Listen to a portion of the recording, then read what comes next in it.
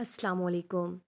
ग्वालियर भारत में एक खातून के यहाँ 4 टांगों वाली बेटी की पैदाइश हुई है, जिसे देखकर अस्पताल का अमला हैरान रह गया।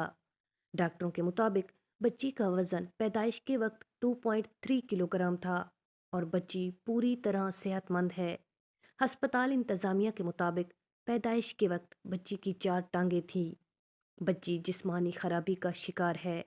कभी कभी किसी बच्चे में कुछ जीन इजाफी हो जाते हैं, जिसे तिबी साइंस की जुबान में स्टियोपेगिस कहते हैं। जब एम्ब्रियो जीन नामुकम्मल बच्चा दो हिस्सों में तकसीम हो जाता है, तो जिस्म की नशोनुमा दो जगहों पर होती है।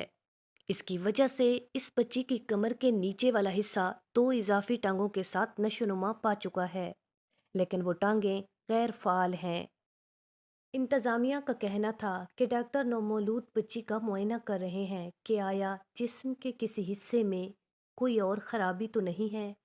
अगर वो सेहतमंद पाई गई तो ऑपरेशन के ज़रिए गैर फ़ाल टांगें हटा दी जाएंगी। ये बच्ची फ़िलहाल कमला राजा अस्पताल के शुबा अतफ़ाल के खसूसी नवाजीदा केयर यूनिट में दाखिल है, जहां इसकी सेहत की हालत पर मुसलसल नज़र रखी जा रही है। बच्ची का इलाज करने वाले डॉक्टर बरजेश लाहौती के मुताबिक ये बच्चा इस जोड़े का पहला बच्चा है। इससे कबल सोनोग्राफी रिपोर्ट में ये बात सामने आई थी कि दो बच्चे हैं, लेकिन ऐसा नहीं था। ये एक नायाब केस है। बच्ची की ज़िंदगी ज़्यादा लंबी नहीं होगी।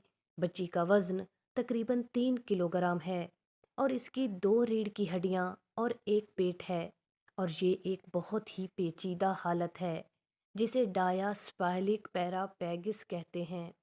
याद रहे कि रवां बरस मार्च में मध्य प्रदेश की रतलाम में एक खातून ने 2 सर, 3 बाजू और 2 टांगों वाले बच्चे को जन्म दिया था। नाजरीन, मज़ीद ऐसी ही रिपोर्ट्स जानने के लिए हमारे चैनल को ज़रूर सब्सक्राइब करें। शुक्रिया।